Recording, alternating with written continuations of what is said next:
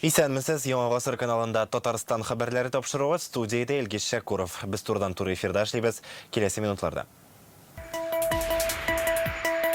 Тарихи яткәр. Әтиемне кычаклаган шикелле булдым. Флагларын тоттым. Потому что әтием шушы дивизиядан чыккан. Татарстан Милли музейының алтын фондында сакланучы җиңү байрагын бүген халыкка күрсәттеләр. Әлеге тантанада Чулпан Касыймов да катнашты.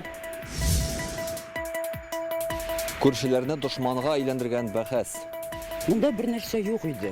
Ә куя башлагач, аларның бик тигене аппетитлары үсте. Ляда форамында ике күрше йортта яшәүчеләр арасында ни өчен низах килеп чыккан. Булар хакында Илдар Сафиуллин. Балалар каналына зурларча бүләк. Туган телен үстерүдә шаянның роле бәхәссез. Шаян ТВ беренче татар балалар каналын Муса Җәлил исемендәге дәүләт премиясенә ия булуы белән ничек тәбрикләделәр. Тантанадан Рания Абдрахманова. Бүген Татарстанда махсус хәрби операция зонасында һәлак булган полиция хезмәткәрләрен соңгы юлга озаттылар. Марсель Мөбәрәкшин белән Айсаф Галиевның гомере майның беренче көннәрендә өзелә. Алар командировкага март аенда китә, май ахырында кайтуларын көткәннәр. Икесе дә озак еллар Эчке эшләр министрлыгы системасында эшли. Марсельгә 41, Айсафка 31 яшь була. Егетләрнең берсен Казанда, икенчесен Саба районының Иләбәр авылында җирләделәр. Эчке эшләр министрлыгының Казандагы мәдәният үзәге бүген монда хезмәттәшләре подполковник Марсель Мөбәрәкшинне соңгы юлга озатты.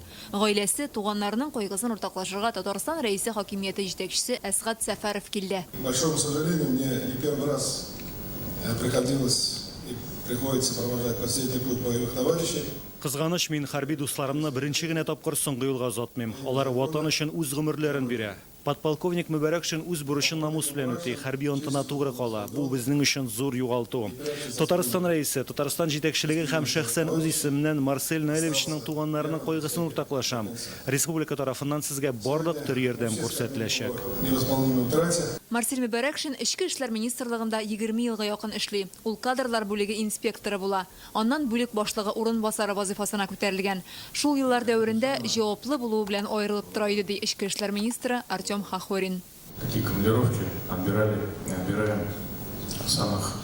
Без мондый командировкаларга иң җаваплы һөнәри әзерлеге белән аерылып торган егетләребезне җибәрәбез. Марсель Наил ул да шундый иде. Ул үз бурычын үтәргә китте.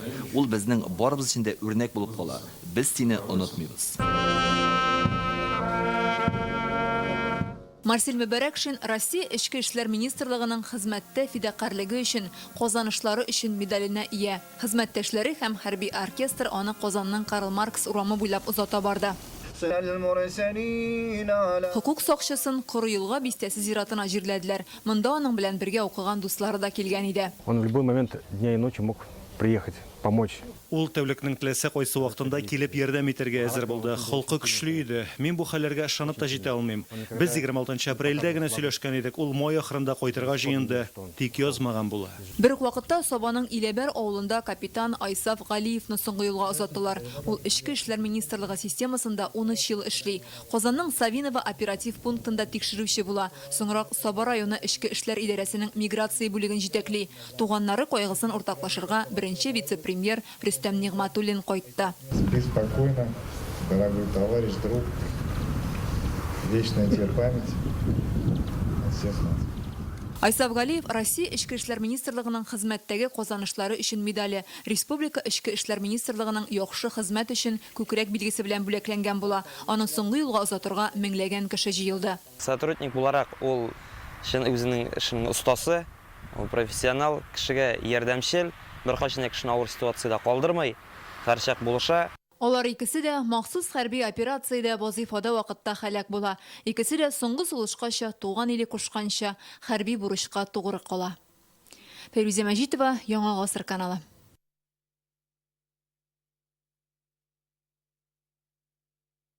9 май бәйрәме алдыннан була торган иң мөһим вакыйгаларның берсе халык каршына җиңү байрагын алып чыгу.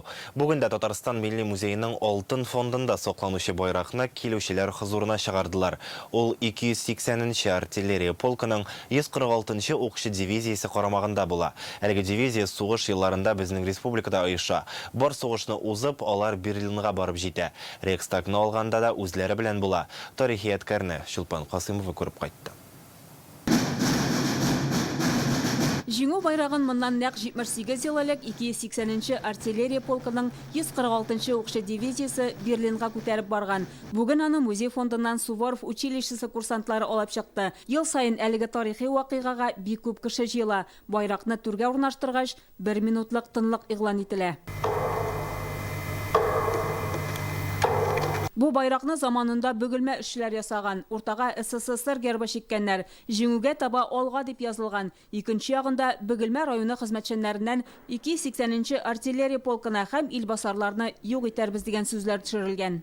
Знамя это было вручено президиумом.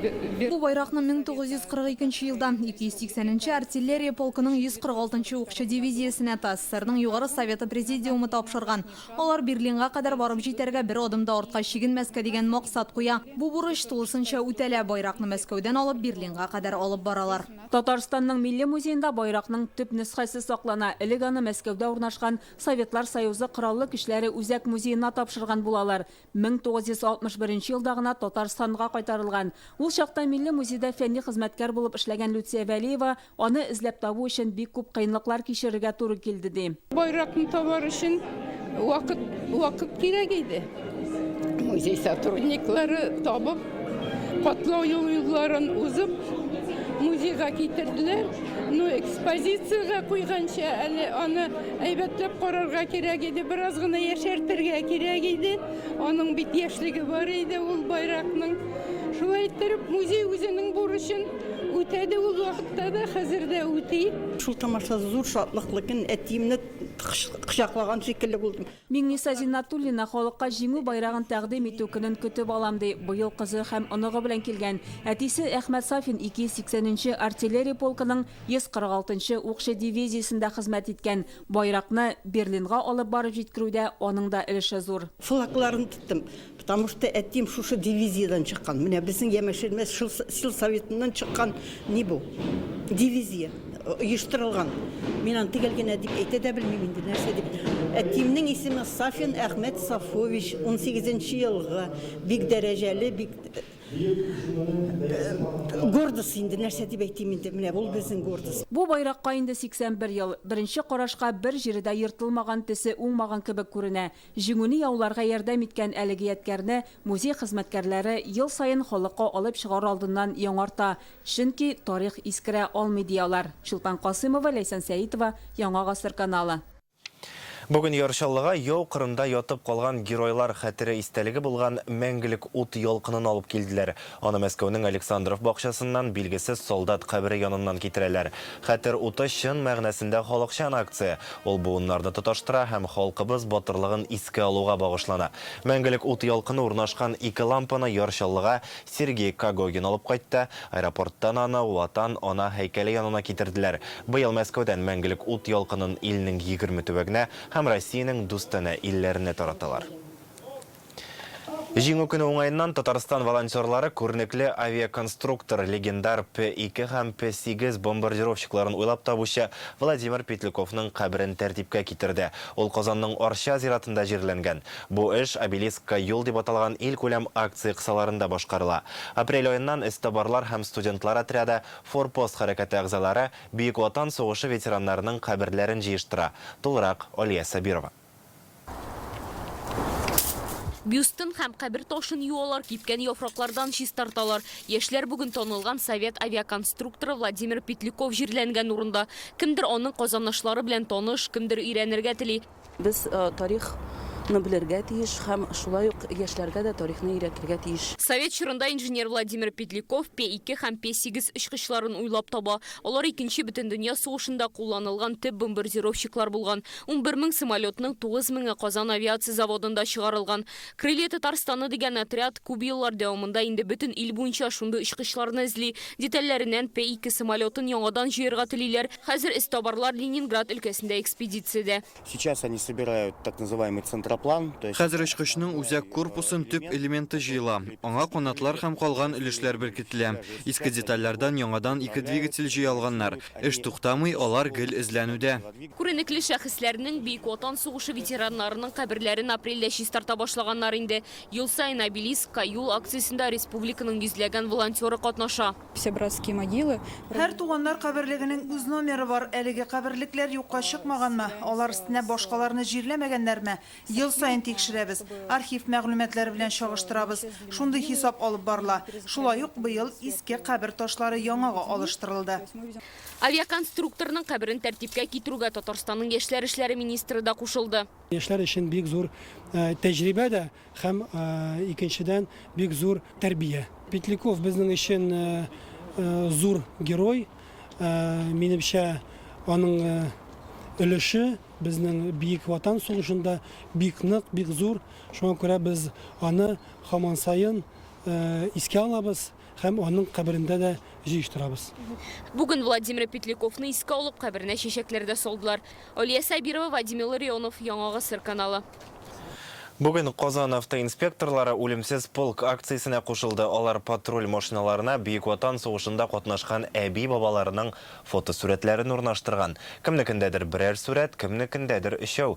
Фотоларны киңәш ителгәнчә машинаның арткы тәрәзәсенә ябыштырганнар, я арткы утыргыч өстендәге багажник капкачына беркеткәннәр. Әлеге плакатлар рульдә утыручыга комачауларга тиеш түгел, шуңа күрә алгы тәрәзәгә ябыштырырга ярамый. Бүген алар безгә бабаларның сугышта катнашу тарихын сөйләде. Бу минем дәүәтем Фатахов Абдухай Фатах улы 1925 елда туган. 1944 елда бик каты яраланып Беларусь фронтында. Шуннан соң бик озак вакытлар госпитальдә леченияләр үткәннән соң 1945 елның ноябрьнә генә минем туган авылым Юртыш авылына Бикә районының кайткан. Аннан соң минем дәвәнилем белән иләнешеп, алар бик озак 10 бала үстергәннәр алар. Минем дәвәним Мадира исеменә лаеклы булган.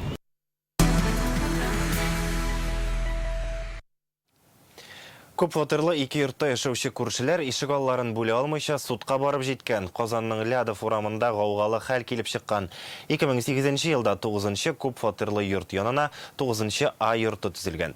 Яңа торакка күченеп килүчеләр машина куярга урын җитмәү проблемасына юлыга. Алар әйтүенчә, бу мәсьәләне хәл итү өчен 9-нчы йортта яшәүчеләр белән килешеп, алар территориясендә өлешчә кертеп ишек алдын зурайталар һәм тимер рәшәткә белән уратып алалар. Тик хәзер 9-нчы йорттагы халык үз мәйданнарын бирү карарын расламый, тимер киртәне сүтсеннәр диләр. Бүген күршеләр Авиатсөлеш районы судында очрашты. Мәхкәмә нинди карар чыгарды? Бу хакта Илдар Сафиуллин.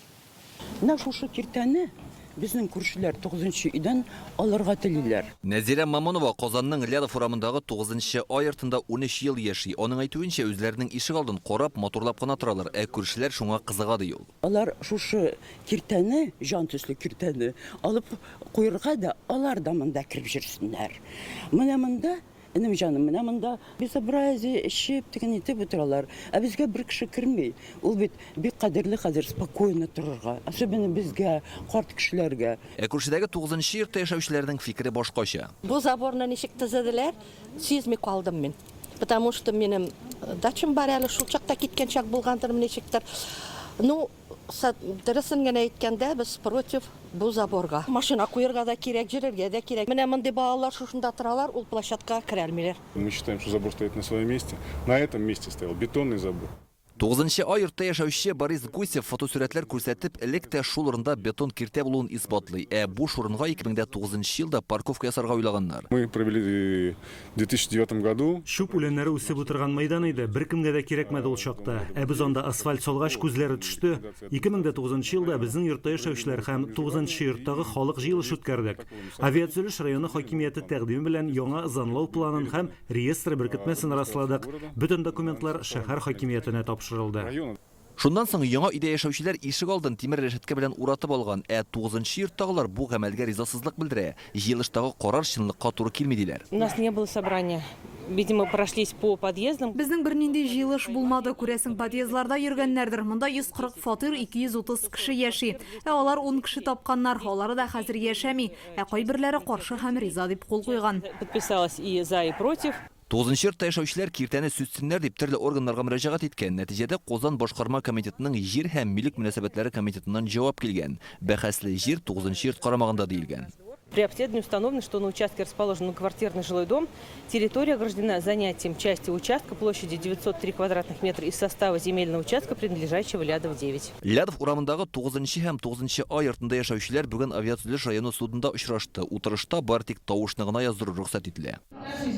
Какую вашу землю? Вот ваша земля, заросшая бурьянами, травой, железной площадкой. Где вы были 15 лет? Что вы устраивали? Күршеләр үзара уртак фикергә килә алмады. Суд 9 йортта яшәүчеләр файдасына карар чыгарды. Платить часть земельного участка площадью 903 квадратных метра придомовой территории многоквартирного дома номер 9 города Казани путем демонтажа металлического забора в течение 1 месяца на месяце законную силу. 9 ай йортында яшәүчеләр суд карары белән килешмичә шикаят бирергә җыена. Моннан тыш алар 2009 елда күршеләр катнашында узган җыелышның законлы булуында суд аша исбатларга тели. Илдар Сафиуллин, Вадим Илларионов, Яңа Гасыр каналы.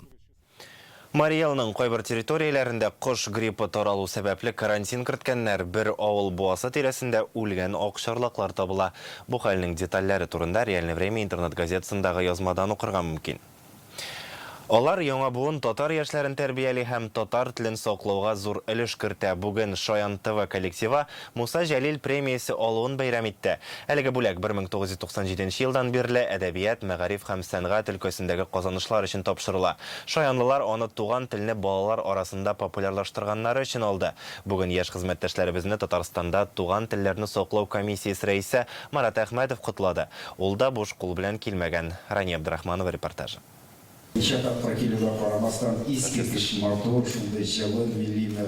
Марат Әхмәтов Шаян ТВның даими кунагы. Каналда милләтебез киләчәге татар язмышы өчен бик күп эшләр башкарыла ди ул. Шуңа телеканал коллективын Муса Җәлил премиясе алулары белән котларга шәхсән килде. Премиягә шаянлылар 2 атна элек кенә лаек булган иде. Муса Җәлил исемендәге премия лауреаты исеме Шаян ТВ беренче татар балалар телеканалына бирелә. Туган телне үстерүдә Шаянның роле бәхәссез. Аңа хәтта ниндидер бәһә дә биреп булмый. Ул шундый зур дәрәҗәдә, менә мин бик рәхмәтлемен әле бу проектның авторларына, әлбәттә инде беренче чиратта Рөстәм Нургалиев, ул Миннихановка һәм менә шушындый иҗади коллектив туплый Татарстан Яңа Гасыр телекомпаниясына. Әгәр дә безнең Шаян каналы булмаса, бу тәрбия өлкәсе ниндидә бер бушлыкта калган кебек булыр иде. Татар мәдәниятен үстерүгә керткән өлешләре, күп еллык хезмәтләре өчен бүген Татарстан Дәүләт Советының рәхмәт хаты белән композитор Резида Ахиярова, Шаян ТВ каналы башкарма директоры Рамиля Сәхәбетдинова, Казан Дәүләт консерваториясе профессоры Сәгыйд Хәбибуллиннар бүләкләнде. Алар Шаян ТВ эшчәнлегендә зур роль уйнаучылар. Безнең Шаян ТВның уңышы нәрсәдә? Ул безнең коллективта. Менә безнең коллективта кичкенәдән балалар дәресендә үскән яшьләр, үзләре хәзер остазлар, үзләренең балалары да килә һәм шулай ук алар балаларын да тәрбиялиләр.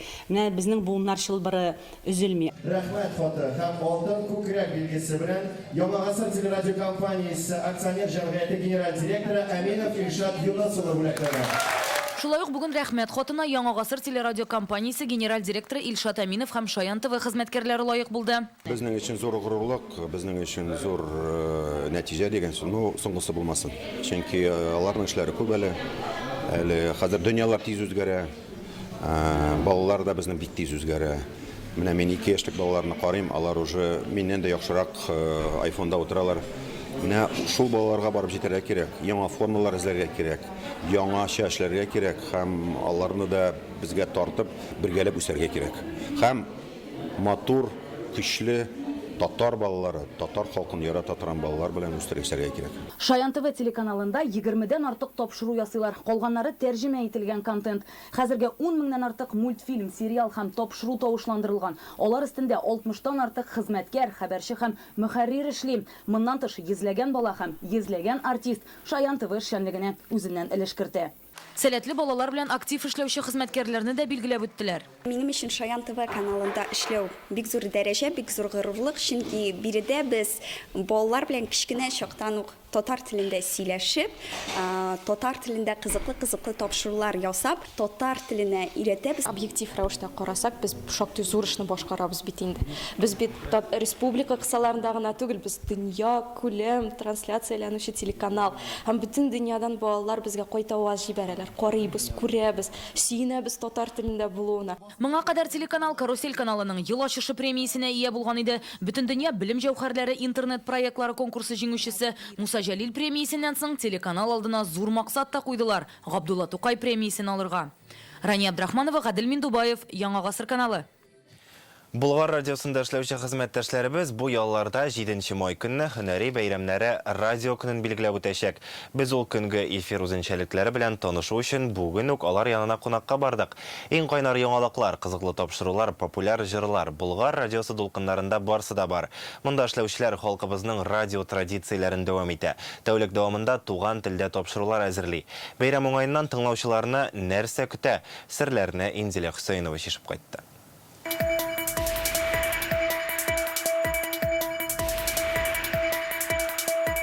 Бүген инде безнең Кекин йорты буларак билгеле. Монда кайчандыр танылган сәүдәгәр эшмәкәр Алексей Кекин яшәгән. 2000 еллардан башлап әлеге бинага Яңа гасыр хәзерге Булгар радиосы урнаша. Танылган җырчылар, Зифа Басыровалар, Гөлсем Сөләймановалар белән шушында килеп турдан-туры эфирда җырлаган. Һәм инде шушы тарихның bir дәвамчылары булуыбыз белән без әлбәттә горурланабыз. Туар таңнарыбыз тыныч булсын, артсын бәхет, шатлык күләме дип. Инде берничә еллар дәвамында эфирда чыгучы иртәнге чәй, авыл сулышы тормыш әлифбасы сәхнәдәш тапшыруларының үз аудиториясе бар. Яңа проектлар белән дә тыңлаучы күңеленә ачкыч табалар. Телефильм шикелле, менә радиофильм шикелле булуын теләгән идек без аның. Узган ел Татарстанда туган телләрне саклау комиссиясе ярдәме белән милләтем бизәкләре тапшыруын яздыра башлыйлар. Ул танылган татар шәхесләре хакында күренекле шагыйрьләр, язучылар, композиторлар, рәссамнар белән таныштыралар. Безнең шәхесләребез бит чыннан да гаҗәеп. Татар халкының шәхесләре бик күп. Шуңа без аны туктатмадык. Яңадан аны безнең тәкъдим иттеләр, озынайтып дәвам итәргә. Тәмле ботканы ашарга мине дә чакырдылар. Быел тагын бер проектны тормышка ашыралар. Ул дуслык күпере дип атала. Татарстан авылларында, төрле районнарда булып, башка халыкларның көн күреше белән танышалар. Башкалабыз Казанда 22 градус җылы күрсәтә. Шушы тавыш яздыру бүлмәсеннән барлык радио алып баручылар эфирга чыга. 7 майга да бәйрәм уңаеннан махсус бүләкләр әзерлиләр. Яраткан радио тыңлаучыларыбызга бик кызыклы, шәп сюрпризлар, акциялар әзерләдек. Һәрбер алып баручы үзенең тапшыру белән бәйле шундый кызыклы сораулар әзерләде. Радио тыңлаучыларыбыз әгәр дә шул сорауларга дөрес җавап бирә икән, бездән эксклюзив шәп бүләкләр ташак. Дивардагы әлеге инсталляция чырлар бәйләнешен чагылдыран. Әйтик, менә бу пластинкада радиодагы беренче язмаларны саклыйлар. Мисал өчен, эфирда яңгыраган беренче җыр 1952 елга. Аны Рәйсә Билалова башкара. Якында гына инде заманча җайланма, әлеге флешкада Булгар радиосының яңа җырларын һәм көйләрен туплыйлар.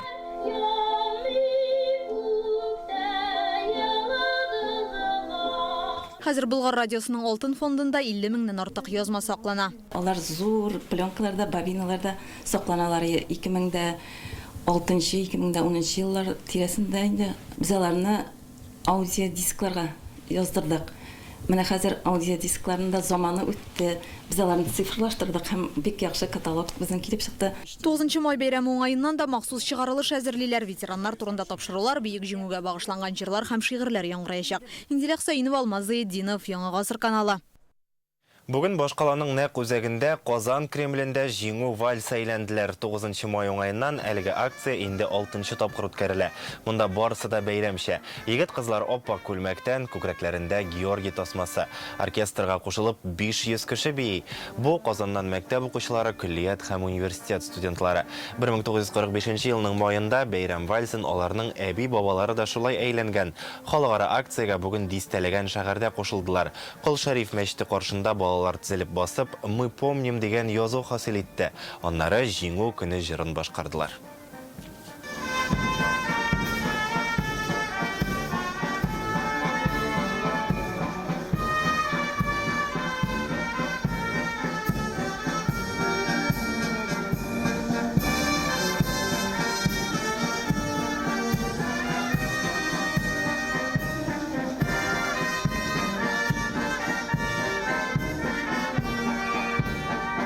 Мен үшін бұл үшін ғырурлық. Мен соғышта болған бабайларымны еске алу. Менің инде бар бабайым да соғышта катнашты. Безне яшьләрне тәрбиялый инде бабайларның батырлыгын, геройлыгын горурланып яшәргә. Җиңү көнне онытмаска. Без монда инде 6-нчы ел җыелабыз. Элекке совет вакытларына кайтабыз, биебез. Элекке җырлар яңгырый. Әлбәттә, аларга бары тик ниндер лекция укып кына булмый, менә шушындый чаралар аркылы балаларны шушы биек безнең җиңүгә тартырга, аның турында кызыксынырга, үзенә күрә бу аларга бер нидер безнеңчә инде мотив, стимул булып тора дип әйтмәкче булам.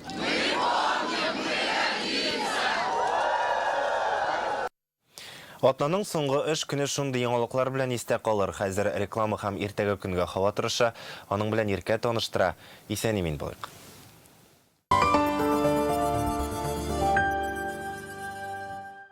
Огромный ассортимент портьерных тканей. Феерия, Тукая 58. Удобрение серии «Здравень». Идеальный выбор для подкормки растений. «Здравень» – экономично и просто. «Здравень» – это выгодно. Безнең телеканал өчен генә ясалган фантазияле штампланган чылбырлар һәм беләзекләр. Лимон һәм кызыл төстәге алтын. Чын патша бикә өчен бизәнү әйберләре. Bunlarның төрле формалары сезнең шәхесегезне ассызыклаячак. Нефертити коллекциясендәге чылбырлар һәм беләзекләр матурлык һәм нәзакәтлелек символы булып тора. Ювелирочка телеканалын операторлар шелтәрендә карагыз. Колорадский жук атакует! Старые средства не действуют. Жукобор Экстра. Тройной удар. Жукобор Экстра. Конец всем вредителям. Үләннәр үрмәләп киттеләр җир буйлап. Йөгерде үләннәр яралу. Бу сүздә яр да бар, бу сүздә яра да бар. 14 май кичке сәгать 8-дә Кариф театры каршындагы мәйданда яралу музыкаль хореографик перформансы. Добро пожаловать на борт премиальных внедорожников Exit Wakes. Только в мае в Эксид-центре РРТ с выгодой до 1 миллиона рублей. Пройдите тест-драйв в Эксид-центре РРТ на Чуйкова 54Б. Подробности по телефону 207-2080. Бәхет ачкычын яхын белән тап. Сез сатып аласыз, ә без бүләк итәбез. Ничек дисезме? Бик гади. Сатып аласыз, теркәләсез һәм отасыз. Һәр 2 атна саен 4 бүләк уйнату һәм 1000 ярымнан күбрәк кыйммәтле бүләк. Яхын, сезне сөендерергә шат.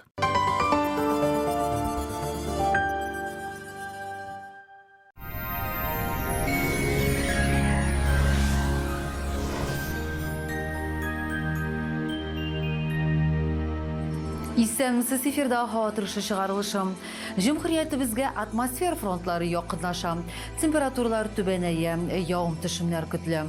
Яндекс погода мәгълүматы буенча көньяк-көнчыгышта бөгелмә баулы азнакай әлмәттә кояш сөендерәчәк, температура көндез 22, төнлә 14 градус җылы. Төньяк-көнчыгыш районнарда түбән Кама, Ярчалы, Алабугада алмашынучан болытлы һава урыны белән яңгыр яучак. Көндез 23 градус җылы, җил көнбатыштан уртача тизлектә, яңгыр вакытында көчәя. Төньякта Актаныш, Әгерҗе, Менделеевскида болытлы һава. Явым-төшемнәр көтелә, температура көндез 22 градуска кадәр җылыта. Көньяк-көнбатышта Арча, Кукмара, Балтачта яшенле яңгыр яучак. Көндез температура түбәнәя, 15 градус җылы, җил көнбатыштан уртача тизлектә, яңгыр вакытында көчәя. Көньяк көнбатышта, Болгарбай, Шупрәлдә алмашынучан болытлы һава, явым-төшемнәр көтелми, көндез температура 14, төнлә 10 градус жылы. Шиста Нурлат Мамадышта шулай ук яңгыр явачак, көндез 24 градуска кадәр жылы. Алдагы көннәрдә салкынча һава торышы көтелә, явым-төшемнәр көтелми. Мәркәзебез Казанда алмашынучан болытлы һава, яңгыр явачак, көндез 14, төнлә 11 градус жылы. Җил көнбатыштан уртача тизлектә яңгыр вакытында көчәя. Атмосфера басымы төркемеш баганасының 751 мм тәшкил итә. Һаваның чагыштырмача адымлылыгы 82%, җирнең магнит кыры тыныч. Һава торышы турында әлегә менә шулар иде. Исән-имин булыгыз.